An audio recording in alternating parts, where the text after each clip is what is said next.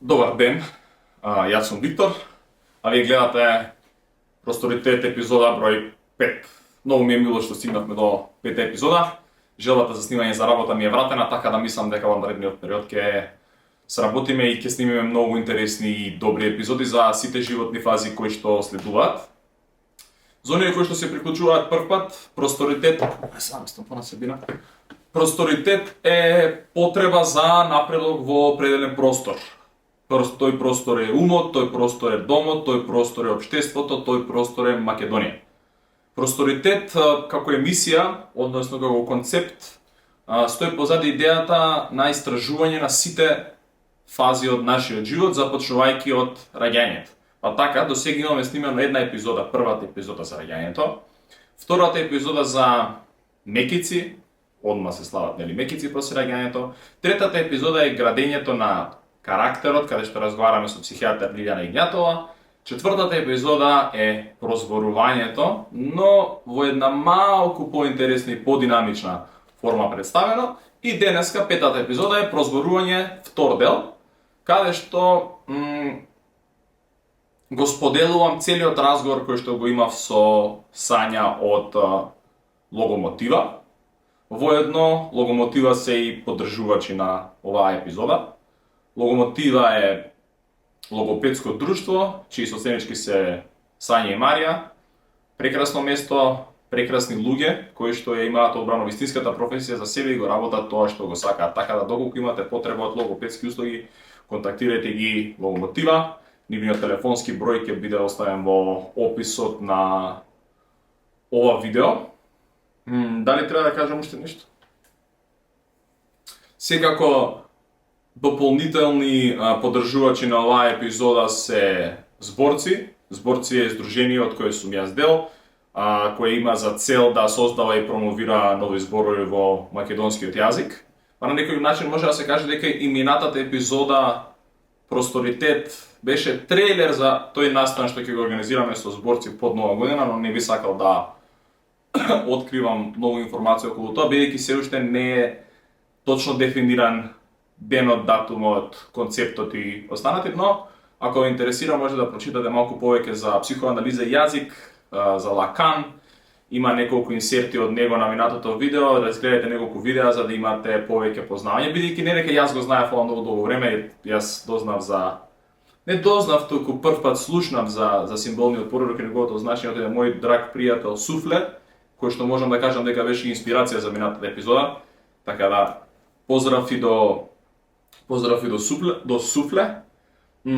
Секако тука се и нашите поддржувачи од првиот ден, Feng Shui Buddha Shop и мојот драг пријател Викса Славковски, како и македонскиот бренд Нов Бран. Мислам дека кажав се што треба, доколку нешто заборавив, ќе имам кога да го кажам.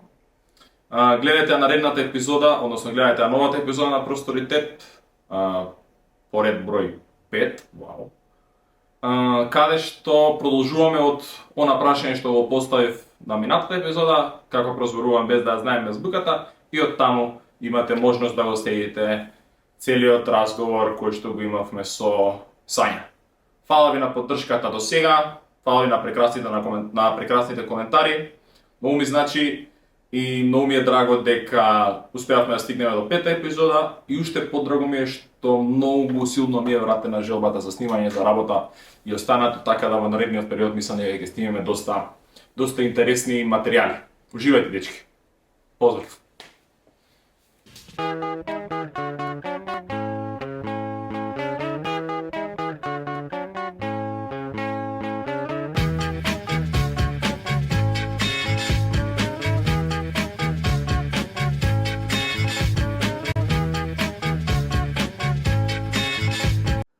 Денеска со Сања ќе разговараме на една многу интересна тема што доаѓа природно, односно следствено на другите теми што ги обработувавме во Просторитет, а тоа е прозборувањето, зошто прозборуваме, од што влијае нашето зборање и како се учиме да воопшто зборуваме.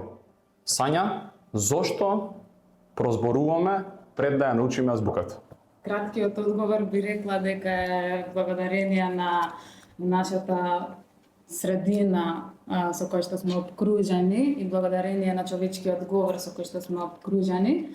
Долгиот одговор е дека ако се земе периодот на тргнување во школа како момент во кој што се запознаваме ние со азбуката, односно со тие символи кои што ги представуваат буквите, значи до тоа околу 6-7 година, фала Богу до пред 6-7 година слушаме говор околу нас, така што благодарение на слушањето на говорот и на генетската подобност успеваме да прозбориме пред да ја знаеме азбуката. Кои се првите знаци на говор што ги има детето? Првите знаци, па со првото раѓање, со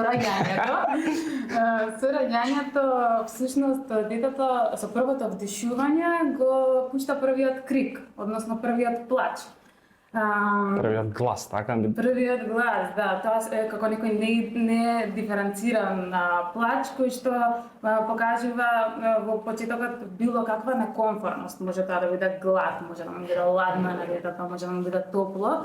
И тој плач не диференциран во почетокот, понатаму подоцна се диференцира и мајката може да разграничи дали се работи за глад или за некоја друга потреба, пример на детето. И многу интересна таа интеракција, мислам дека треба да се посочи колку е важна интеракцијата на мајката со детето. Заради тоа што детето може да го разпознае мечниот глас, уште 2-3 години старо, ново годенче зборам, може да го разпознае мечниот глас помеѓу повеќе женски гласови и тоа се смета дека како резултат на интраутерино искуство и постои нели конекција уште пред да се уште пред да се роди детенцето може да го препознае гласот на мајката. Тоа значи дека во болницата во првите моменти, поради тоа се дава на мајката за да се смири детето тој период. Јасно. Како изгледаат стадиумите, како изгледаат фазите на прозборување, на градење на говор, веројатно тоа е правиот термин. Да, тоа е, значи постојат стадиуми на физиолошки развој на говорот, значи и во овој првиот стадиум кој што го спомнавме сега, уствари стадиумот на плач. Нели спомнав дека може да биде во почетокот е не диференциран, потоа станува диференциран, се разликува за која потреба плаче, односно мајката може да направи разлика. И понатаму после тој стадиум на плач следи баблингот или гугањето. Тој стадиум е околу 3-4 месец. Детето почнува да се труди да ги имитира звуците од околината, значи пушта едноставно ги истражува говорните органи, гуга. Добро, да. Значи ова фаза веќе 3-4 месец детето е се поисправено и постои можност за артикулација, почнува да ги кажува к и г, значи тој рефлекс на кашлање ствари му помага да Зашто кашла и кашлањето заради к, гугањето г? Хаотично звучи, ама значи се воспоставува некоја контрола нели на дишење, прво детето го истражува дишењето, значи респирацијата, го истражува ларингсот, односно гркланот, гласните жици. Да. Така што се прави таа контрола и артикулаторна контрола е битно да се направи за детето тие говорни органи да биде свесно дека може да ги употреби и да го оформи звукот со помош на. Како влијае на пример кога детето ќе каже ба, и кога ќе почне да се радува целото семејство околу него или како влијаат на пример кога му правиме ние на детето сонце, тоа влијае на некој начин врз неговиот говор? Да, таа стимулација е многу важна. Значи детето го учи говорот по пат на имитација. Сега на почетокот прво акустички, значи звучно го слуша нели говорот, после тоа веќе околу првиот месец почнува и да прави таа визуелна интеграција, односно значи го следи движењето на усните, кога заокружам устата, ќе кажам о или сам него размислила тоа на свесно ниво, меѓутоа значи многу е битна таа интеграција акустичко-визуелна заради тоа што помага во формирање на здружено внимание и со тоа здружено внимание пример ти понатаму му го насочуваш вниманието не знам на картичката и му кажуваш не знам буф. Да. И значи многу е важно да следи, да сака да следи. И тоа ние најчесто и на прегледите тука во логомотива го гледаме, особено кај деца кои што доцни развојот, не зборуваат од некоја причина или зборуваат многу помалку за разлика од своите врсници, значи ја следиме таа желба за акустичко-визуелна интеграција, дали ако му го привлечеме вниманието кон играта, нешто дали воопшто ќе се сврти, дали ќе сака да земе, дали ќе сака да се вклучи. Тоа здружено внимание е многу важно за развојот на говор. Јас се сеќавам кога бев многу мал. Значи ова ми е една од сцените што ги памтам, може пред да прозборам или кога сум имал, претерувам, може пред да прозборам, но кога сум имал 2-3 годинки кога прозборував, тогаш беше многу актуелно на Супер Хикс. Песна мислам дека беше Африка песната и спотот на песната Африка беше со многу големи глави. И пејќи ја песната, мислам слушајќи ја песната ми беше многу интересно, што имаше големи глави на типично зборе, сакав да играм да ја мрткам пред телевизорот. И сега тука ме интересира песната на некој начин и една приказка, како влијае раскажувањето на приказни или детето да има можност да гледа некои аудиовизуелни приказни или да му се читаат приказки врз развојот на неговиот говор. Таа стимулација на секаков начин е стимулација, раскажувањето приказна, слушањето на песна која што нели има зборови во нејза и цела приказна и се тоа, многу влија во зголемувањето на фондот на зборови, зголемувањето на вокабуларот на детето, така што дефинитивно што ти го привлекувала песната влијанието, некако те стимулирала, си ги памтиш после тоа ги и се тоа. Сега не дека првиот збор ми беше Африка, ама ми текнува на слика да ми текна на ритмот на целата приказна. Кога е периодот, кој е нормалниот период, односно нормалниот временски период во кој детето треба да почне да збори? Па сега, сите овие стадиуми јас ги сметам за почеток на говор или почеток на јазик, значи почнува нели од плач, понатаму детето почнува да гуга и почнува да повторува одредени слогови. Сега тие слогови на почетокот се без некакво значење. Значи тоа е стадиумот на лалација, значи почнува папа, ма, едноставно да го имитира говорот на возрастните околу себе, ама да го имитира и да имитира интонацијата, бојата на гласот, што многу повеќе пренесуваат за тоа што сакаме да кажеме, за тоа што разбирањето многу побрзо се развива, подоцна се развива продукцијата, експресивниот говор. Значи прво сакаме да го изградиме тој внатрешен импресивен говор, а после тоа експресивниот говор. Сега после тоа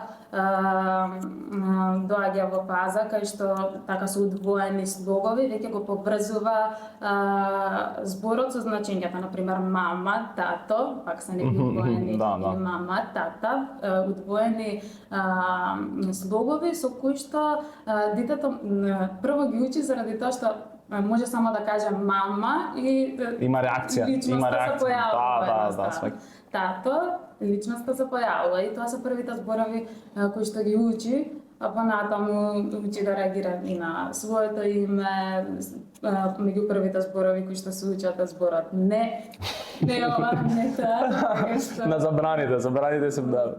Да. Како би изгледало, например, прозборувањето на детето доколку доаѓа од прозборувањето кај разгалено дете, односно дете на кое што му е дозволено се и од другата страна на запоставено дете. Би имало ли разлика помеѓу тие деца?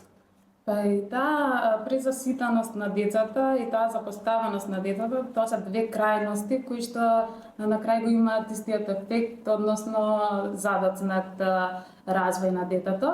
Значи многу е битно, нели ја спомнав таа конекција на мајката и на детето.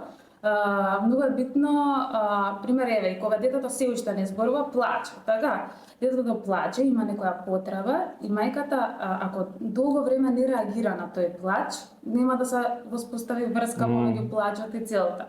Ако мајката премногу брзо, мислам, на секое огласување на детето притрчува, значи и тоа не му дозволува на детето да премине на следната фаза. Така што би кажала дека доколку се му даваше на детето, нема предизвик во тоа да се развива, а исто така и ако е запоставено, нема стимулација, нема ни основа од каде да црпи. Во минатата епизода, докторката Лилјана Игњатова, исто на иста линија беше со вас, кажа во овој период на детето му е битно да е најадено и да е суво. Но на тоа напомена дека е многу важно да не се тресеме околу секој потек на детето, бидејќи анксиозни родители градат анксиозни деца, дека тоа понатаму се пресликува и врз неговата самодоверба, и врз неговата креативност, врз неговата слобода и останати многу други битни аспекти на животот. Сакав да те прашам, дали детето доколку не е обкружено со луѓе може да прозбори? Доколку детето е пуштано во дивина буквално, не е возможно и покрај тоа што постојат тие биолошки структури, имаме уста, имаме јазик, имаме сите, значи имаме дишни органи, имаме гласни жици и така. Меѓутоа, ако не го слушаме говорот од средината, не е возможно да се развие говор. Многу интересно, значи за да станеме човек треба да бидеме помеѓу луѓе веројатно, за да може да прозбориме. Да.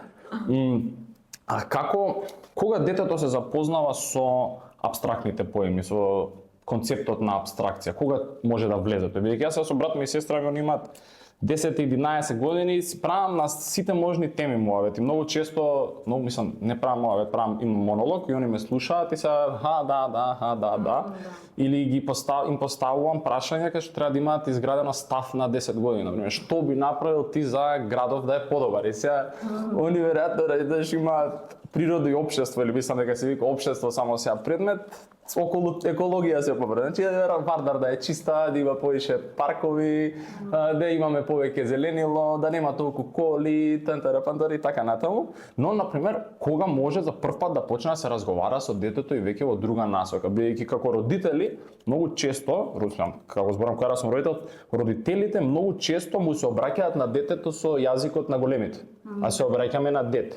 Како може да влијае тоа врз детето и врз неговиот говор? Ако му објаснувам јас сега нешто сериозно на дете кој има 7 години и тоа и да клима и да не клима, веројатно не може да го свати концептот. Па како што ти кажав, нели, разбирањето доаѓа пред употребата, значи убаво е ти да му кажуваш на детето апстрактни поими, меѓутоа тоа апстрактните поими ги совладува помеѓу 10-15 години. Пубертетот, таа фаза. Да, во тој период се совладуваат тие поеми и тоа ја би кажала и до крај на животот, значи како што го збогатуваме речникот, значи понатаму во почетокот децата го збогатуваат речникот со стимулација од страна на говорот на возрастни. Понатаму, како што се описменуваат, веќе почнуваат да читат, затоа е важно да читаме и да го примаме говорот на различни начини, да слушаме говор, нели? Значи, ако се стави на една страна читањето, а на друга страна се стави слушањето, например, сега децата помалку и помалку читаат, повеќе и повеќе слушаат. Може да се направи некоја линија на негативно влијание на слушањето или па позитивно од другата страна на читањето? Интересно прашање. Мислам дека баш почесто децата читаат, го примаат, говорат преку читање заради користење на технологија и комуникација помеѓу, Да, те сваќам. Сакам да кажам, во тој аспект ако се кажа читање, ако го изолираме само читањето на книгите со слушањето на говорот, не знам, јас можам да кажам од свое лично искуство дека ако сум покјутлива и повеќе читам, кога ќе треба да бидам посетува во интеракција со луѓе, малку ми треба време да се адаптирам, ама не мислам дека може да има некакво негативно влијание. Една од интересните работи сега за мене е тоа што мене Мајка ми сакаш да збори за мене дека сум дрдрко, дека од кога сум се родил уста не сум затворил. И сега на пример јас сум израснат во многу полна куќа. Цело време гости многу често доаѓале, баба сум имал доле, ако не зборам со моите идам зборам со бабата, опкружен сум бил со комуникација и многу сакав како дете со дедо ми да гледам парламент, така го викавме. Дедо ајде да гледаме парламент, се појави Стојан Андов. И кога бев дете, се вежбав дикција, да ја имам, застанував дома, се обидував да зборам и сега веројатно денес кога гледам, можно е да имам некои позитивни аспекти од тој дел. Но ме интересира на пример, дали таа гужва во домот прави едно зборлесто дете од една страна или може тоа да влијае па и да не ќе сакаш да прозбориш? Ја мислам дека влијае во секој случај, ќе се створи простор за да се искаже идејата, ако не дома, под тоа влијание ќе се искаже надвор од дома. Така што мислам дека целиот муавет ни прави смисла вака сега кога го образуваме стимулацијата од надворешната средина. Многу интересно, пошто и во тој период нели на развој, односно уште интраутерино почнува, ама и понатаму како влијание на средината. Што значи интраутерино? Додека детето се додека детето сваќа пред да се роди. Да.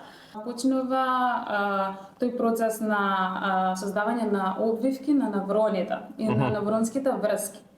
И многу е битно формирањето на невроните за развој на говорот и најчесто машките деца подоцна прозборуваат и за тоа постои како физиолошка основа, односно целиот тој процес на миелинизација многу е подоцна завршува кај машките. Значи со факт машките се помалку развиени од девојчињата, заради тоа е толку голема разликата помеѓу нас во средно на пример кој јас на 14 години, например, со моите другарки што имаат 14 години во средно, беше незамисливо, мислам.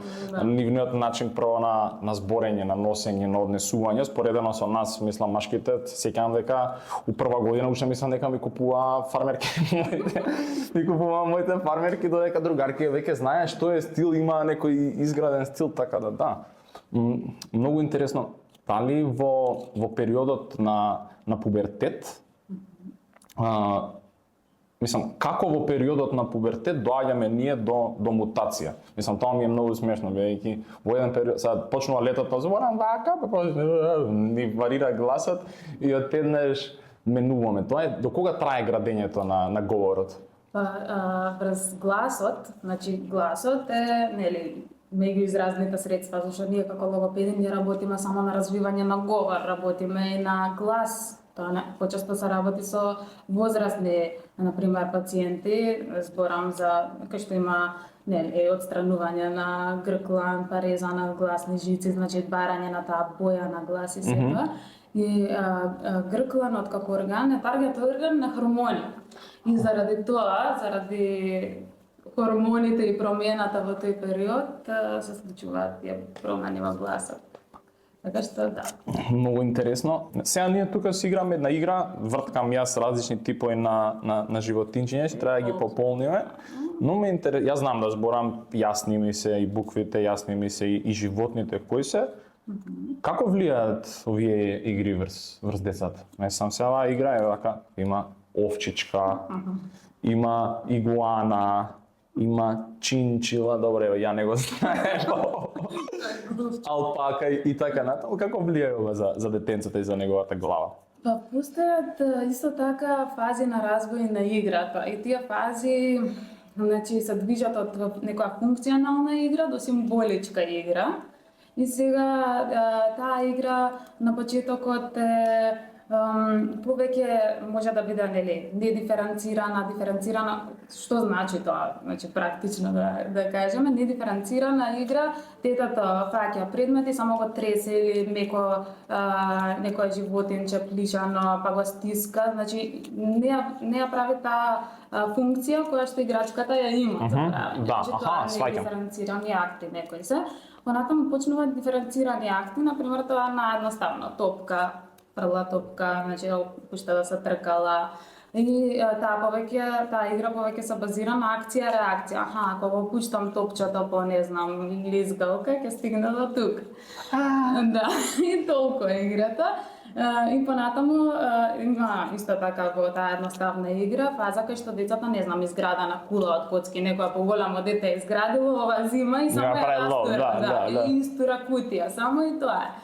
Значи тоа е таа едноставна игра и таа фаза, значи во првите месеци од развојот се случува и после тоа почнува некоја комбинација. И сега таа комбинација може да биде специфична, например, ги трга сите делови од сложувалки и ги става на точно место. Има точно место таа специфична, например, комбинација или не знам, гради нешто со коцки или блокчиња или нешто, ти не знаеш што гради, ама се случува некој таков процес. И после тоа следи фаза на пресимволичка игра, значи може да има чашка, замислила дека и играчка и сега јас демак си ја носам чашката. Да, тоа кујнички која има тука, например, да ти направам кафенце и си. Да, тоа е некоја пресимволичка, иако може би ќе си помислиш дека е символичка, ако го нема моментот, веќе ако го има моментот на демак пие, нема ни течност, значи веќе тоа има символика, детето замислува дека внатре има течност и дека пие, тие мали разлики многу влијаат. После тоа веќе нели употребува куклички, па ги храни, па се храни само себе. И сите тие фази многу е битно поред да се поред некако се надврзуваат меѓусебно и се стига до моментот кај што многу влија и целото учење во детството се случува низ игра и многу е битен тој концепт. Така што веќе нели кога детето почнува да се преправа, не знам, во пресимволичка фаза му дава храна на некоја кученце, а во символичка фаза му дава храна на кученце и викам много е вкусно или да, или барам ономатопеја, некоја да има некои звучни ефекти, нели? Стига до момент кај што почнува тематски игри, јас сум пират, ти криво богатството, или во ресторан сме, па еве камчиња да ти платам, веќе тоа е. Значи, до 2,5-3 години се очекува детето да има таа символичка игра и важно е да следат родителите или било кој околу деца што е, да види дали таа символичност и имагинативност и фантазија. И треба да се стимулира, веројатно. Треба да се стимулира играта, бидејќи тоа сигурно помага на креативност на детето, развојот на неговата фантазија. Сигурно влијае тоа и врз неговата личност во одреден период. Кои се тие игри што би ги препорачали? Има некои игри вака што ви рекле, овие игри се добри, тие игри не се добри? Или тие се треба да се остане на детето за суштина родител треба да го следи природно детето кои игри си ги игра. И ние тука кога работиме со децата, оставаш да видиш што покажува интерес и кон тоа, значи тоа гледам да го употребам пример во третманот и самата дете ќе биде поангажирана, поголема соработка ќе има за време на третманот. Значи треба да се следи детето дефинитивно, ама не да стигне до момент да биде разгалено или како што рековме, се да му биде дадено, да се знае дека има правила, меѓутоа да се води низ процесот на игра. При крајот со доктор Хегињато испомнав еден дел што го кажа професорката Татјана Евтимовска на вториот настан што го имавме со зборци. И незиниот став беше дека ние влегуваме во време каде што веќе не може да се каже дека мајчиниот јазик е јазикот на мајката, туку дека мајчиниот јазик може станува јазикот на технологијата.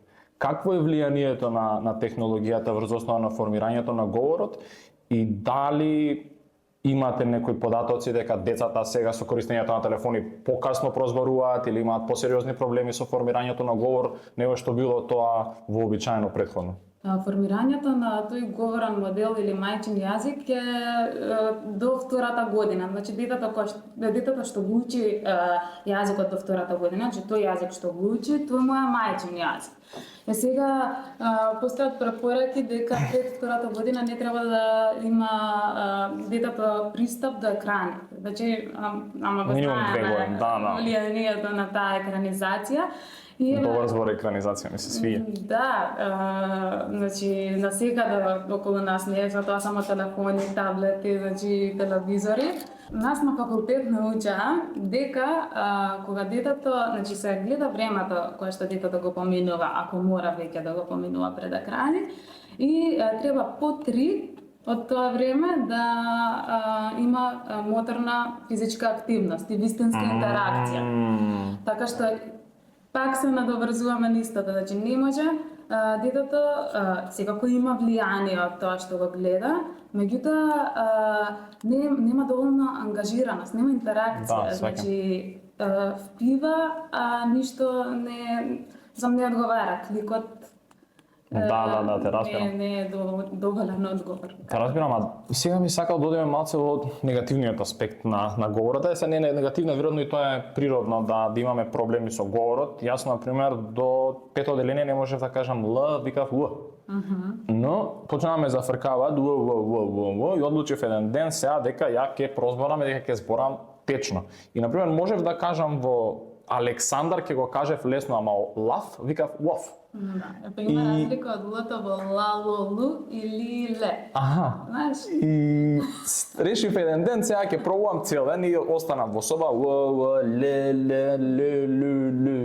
и го најдов и кажа прв пат леско, еве го л, научив кај, и викав ле прво, ле, ама стигнав до л. Вие во логомотива, јас кога го носев братни, имаше баш многу дечиња имаше што доаѓаат. Кои се најчестите проблеми? Па ете, во однос на овие артикулативни потешкоти, да ги кажам, и во последната фаза од стадиумот на развојот на говорот, значи може детето да има правилен говор, меѓутоа најчесто еве ти со Л си имал проблем, Л и Р се последните гласови кои што се усвојуваат.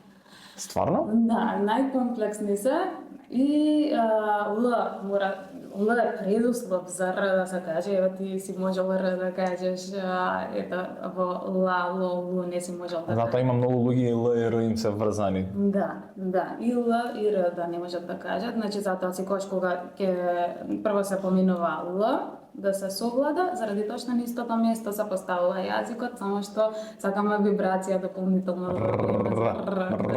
Да, ми беше многу смешно дека брат ми кога ќе завршиш ја требаше да вежбам и што требаше да вежбаме? И некој време така сакаше да збере разговорно. И пробуваше со некои покомплицирани збори. Ми се свиѓа ти како интуитивно си дошол до решението, можам да кажам, заради тоа што така кога се работи на артикулативни потешкоти, односно дислали се викаат, може да биде, значи, на цела група гласови може да биде така неизолиран глас. Прво што се работи е поставување на говорните органи на точното место. Цртаме, местиме, значи имаме сонди со кои што се прави стимулација, се посочува место каде треба да биде поставен јазикот или какви треба да бидат образите, какви треба да бидат устните. И после тоа се гледа дали анатомски е спремно детето да го изговори тоа, дали треба да се прават логомоторички вежби за да биде посилен јазикот или за да бидат посилни образите и така натаму, или едноставно за да има поголема орална свесност детето. И после тоа се поминуваат слогови, зборови, се до реченици, до веќе спонтана употреба, тоа сакаме веќе детето да го автоматизира и функционално да го употребува гласот, не само да го научи изолирано, да не може во говор да му се смеат, да Дали има, да речеме, граница? Можеш да научиш да ги кажеш сите букви до 15 години, 16 или, например, може и некој што на 40 години има проблем со Л и Р, да рече, добро, одлучувам јас да одам на логопед, да си дојде слободно и да почне да си вежба? Да, може и возрастни да ги усвојат гласовите ако се решат толку цврсто како и ти. Нели, се смета дека до правилен говор се развива до, не знам, 6-7 години, се дозволува до 7-8 за тие Л-Р последните, меѓутоа, значи, тоа е заради тоа што во тој период на развој полесно може да ја автоматизира и да ја стави во употреба, кога е возрастен човекот ќе му треба повеќе време да се одвикне од таа стара навика, да пише тоа не е обесхрабрувачко, значи се случувало. Ние на факултет имавме професор од факултет за драмски уметности, сценски говор, што им предаваше, на нас ни предаваше јавно говорење, поздрав до Тихо. Значи, не носеше на испити на сценски говор, да ги слушаме студентите и после тоа напрашува што имам проблеми јас со говорот и одеа на логопед, значи, да. Многу интересно, Да. многу интересно. Добро, па мене нека поминавме реално многу теми. Дали нешто пропуштам вака ти што би сакало да дополниме? И сега има уште едно прашање, ајде, а ти ако мислиш дека пропустивме нешто интересно, што е важно да се знае? Мислам дека супер пројдовме околу развојот на говорот. Не сакам да се распитуваме за возраст, ние се опативме малце, ама сакам кој ќе се развива емисијата, па натаму да збориме за возраст. Имам уште едно прашање што ме интересира за развојот на говорот. Дали развојот од 0 до 7, така до 7-та година би? Да. Дали развојот и како ќе го формирам јас говорот во тој период? Ке значи каков говор имам јас денеска, односно дали говорот што го имам денеска сум го развил тогаш и се е некое одредено надоградување кај мене, или по другата страна ако некој не го развил говорот кога бил помал, може да постигнува и да формира некој поширок вокабулар и не поразличен говор, но поавтентичен говор, ќе кажам. Доцнењето во развојот, значи, влија ланчано на многу работи понатаму и затоа се препорачува со време да се почне со третман кај децата како што доцни развојот, значи се забележува детето подоцна прозборува другите деца, помал фонд на зборови има, неграматични реченици, изоставува слогови, значи тоа може да се забележи, затоа треба многу рано да се побара логопед и да се работи на таа стимулација, заради тоа што тоа најчесто откако ќе се развие говорот, после тоа тој не е артикулацијски чист. Па детето продолжува со одење на логопед за да ги исчисти сите гласови. Па тоа влија исто така, нели, што туку ги научува значењата на зборовите, сега тргнува во школа и треба да учи се по пат на зборови, значи по пат на слики или така. Така што сметам дека има влијание и затоа секогаш се апелира, да кажам, со време и колку што може порано да се обратат луѓето на логопед. Значи, ако имаме некој заклучок, тоа е дозволете им на децата да си играат, следете ги нивните игри, разговарајте со нив, не е премногу апстрактно додека нема 10, 11, 12, 13, 14, може кога се машки и до покрасно, пошто ете да, машките сме малку позади, девојчињата, ама веројатно тоа е тоа. Ако пропуштивме некој заклучок, веројатно е негде низ епизодата. Сања, фала ти многу.